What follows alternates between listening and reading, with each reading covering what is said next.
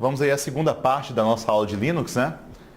Agora nessa página 6, que é onde a gente comenta aqui sobre ambiente gráfico, tá? Essa questão de ambiente gráfico, galera, é como que é o layout, né, da janela.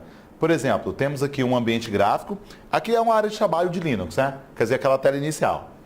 Só que essa área de trabalho aqui do Linux, esse desenho aqui, esse formato, ele chama aqui de GNOME, né? Tá? Então, GNOME é esse tipo de ambiente gráfico. Aí, na sequência, nós temos aí um outro ambiente gráfico, que eu deixei nessa segunda coluna, né? Que é um ambiente gráfico do tipo KDE, tá? Então, é o desenho dele, o formato, né? Do tipo KDE. Então, quando fala em ambiente gráfico, é o design, é o modelo. É mais ou menos assim, você comparar o Windows XP com o Windows 10, né? Ou com o Windows 8, e assim vai. Então, quando você compara um com o outro, você percebe que o ambiente gráfico é diferente, né? O desenho é diferente, né? Comparar o editor de texto do Word com o Writer. Então, o ambiente gráfico é o formato, tá? Aí você fala, poxa, mas no Linux só tem esses dois tipos de formatos de ambientes gráficos? Não.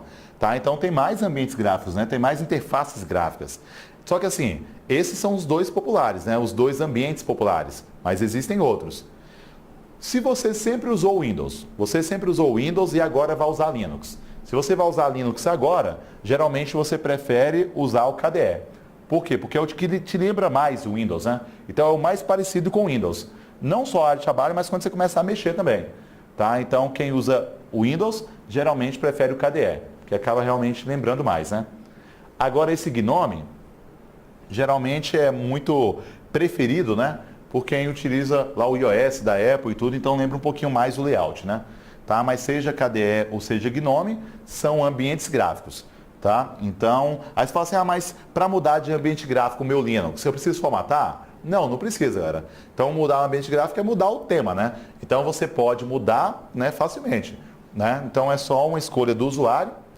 E assim, se você não tem um desses ou quer outros, você pode instalar, né? Então você instala mais ambientes gráficos para te dar a opção na hora da troca, tá? Beleza, e depois desses ambientes gráficos, ainda nessa mesma página 6, eu coloquei no cantinho essa parte de características do Windows e Linux, né? Então assim, ó, da mesma forma que você visualiza o Windows, você também tem que visualizar Linux. Por mais que você nunca tenha usado Linux, tá? Dá para resolver numa boa questões sobre Linux, tá? Porque é o seguinte, ó, vamos colocar, você nunca usou Linux, mas o Linux, da mesma forma que o Windows, ele é gráfico, quer dizer, através de imagem, né? Tem pastinha, tem os ícones, né? Então é através de imagem. Então a gente tem que tirar meio que da cabeça aquela visão de que Linux é só uma tela preta e comando de texto. Não, não é isso. Então o Linux, ele também é gráfico, né? Ele também é multisseção, quer dizer, seção é janela, né? Então, o Linux ele também consegue executar mais de uma janela, né, do mesmo programa. Então, da mesma forma que no Windows você consegue abrir mais de uma janela do mesmo programa, isso também é possível no Linux, né? Multitarefa, tarefa é programa, tá? Então, cada programa é uma tarefa, né? Então, tanto o Windows quanto o Linux, eles são multitarefa. Então, você consegue abrir mais de um programa ao mesmo tempo, né? Eles são multiusuário. Usuário é conta, né? Usuário é conta. Então, tanto no Windows quanto no Linux, você consegue abrir mais de uma conta ao mesmo tempo, né? Tá? Então, assim, na hora de trocar de conta, né? Trocar usuário, logoff, então você vai conseguir. Né? Você pode criar mais de uma conta e cada conta tem o seu próprio papel de parede, sua própria personalização, né? Sua própria proteção de tela. Então, da mesma forma que você visualiza um, visualiza o outro, né? Então, é muito comum ele falar assim, lá no Linux você não consegue abrir mais de 5 programas ao mesmo tempo. Errado, porque ele é multitarefa, né? Lá no Linux não tem lixeira, no Linux não tem firewall, não precisa fazer backup, tudo isso é errado, né? Então lembrando que da mesma forma que você visualiza o Windows, a ideia é o Linux, né?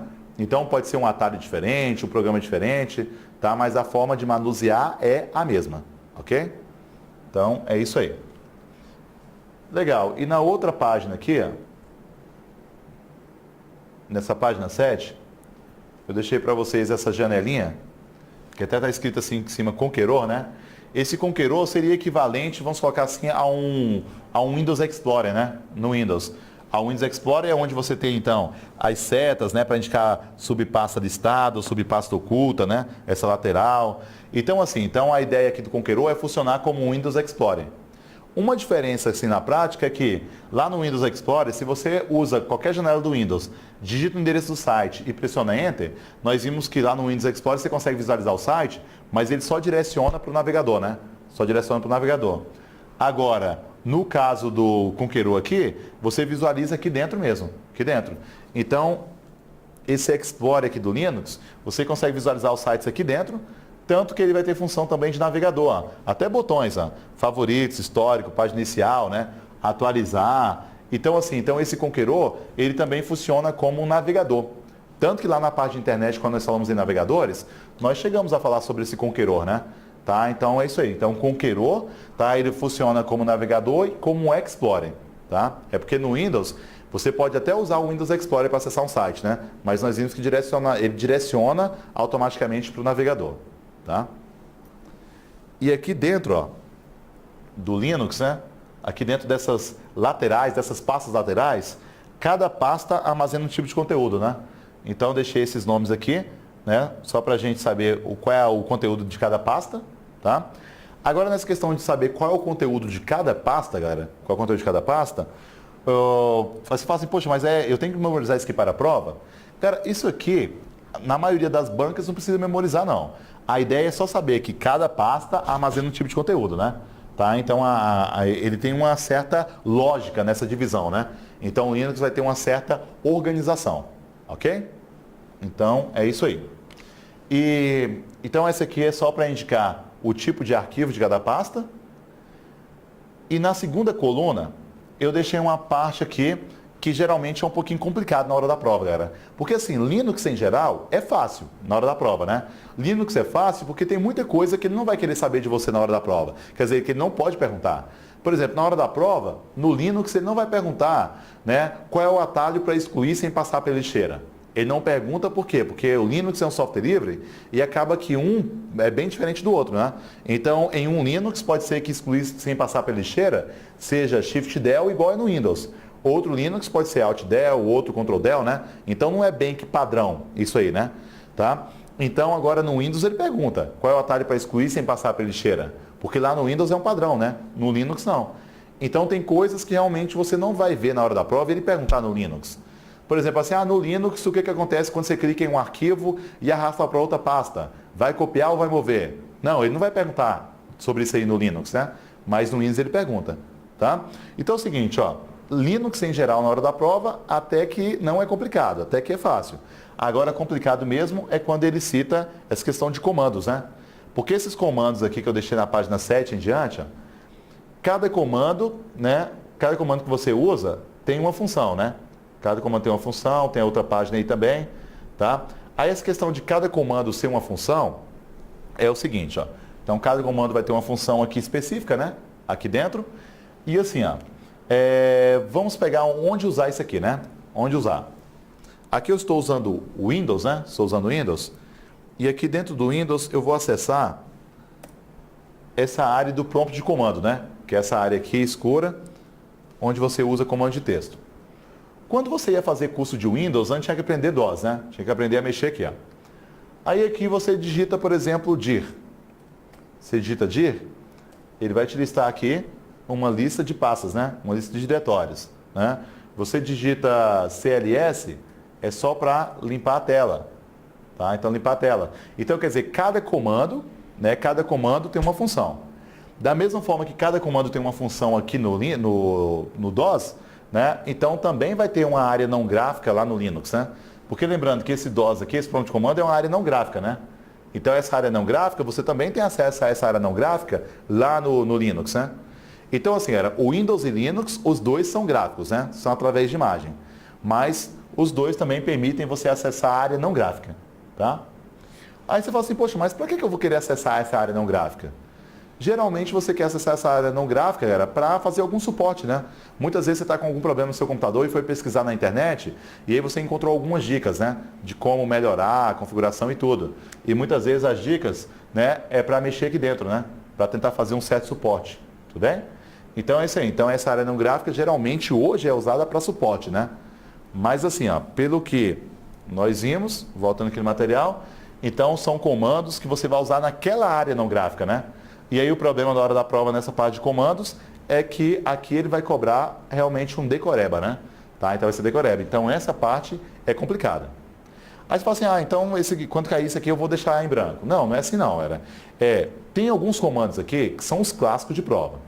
Eu vou comentar quais são eles aqui, só para que vocês dêem uma marcada, né? E esses são aqueles comandos, então, que é importante você saber, porque quando cai, geralmente são eles, né? Um exemplo. Aqui nessa parte de comandos para manipulação de arquivos. Os itens que caem mesmo, vai ser desse ls aqui, ó, até esse find, né? Então, ls, listar arquivos, né? Que seria equivalente àquele dir, né? O dir no DOS, que é listar arquivos, pastas, né? Seria o ls, né? Aí na plataforma Linux. mkdir, criar pasta. rm, né, dir, remover pasta. cp, copiar. mv, mover, né? Que seria como se fosse arrastar, né? Essas coisas, né? Levar o original. rm, remover. E esse faz para procurar arquivos, né? Então, esses são os clássicos, né? São os clássicos aqui. E além desses aqui, então lembrando que esses que eu estou falando, são os comandos que é interessante você, né, saber qual é a função. Tá? Então tudo bem que essa lista aí é gigantesca, mas esses são os que geralmente são abordados, né? E além desses, também tem esses três aqui, ó. tar, gzip, zip e ra, que são os três de compactação, né? Que até entre esses três, um que é bem padrão aí de ser usado no Windows é esse zip e ra, né? Tá lá do WinZip, do WinRAR, tá? Mas esses outros você também pode usar no Windows, né? Pode usar no Windows. Mas aí tem que ver se o programa que você tem de compactação se consegue abrir, né? Mas esse aí, então são comandos que caiu na hora da prova, precisamos saber que são os de compactação, ok? Então é assim, então essa parte de comandos é complicada se for para memorizar tudo. Mas só de guardar esses aí, você vai perceber que vai conseguir resolver muitas questões que vierem difíceis, né? Tratando sobre comandos, ok? Então é isso aí, galera. Então, aqui eu termino essa nossa aula de Linux, beleza? Então é isso aí e bons estudos, hein?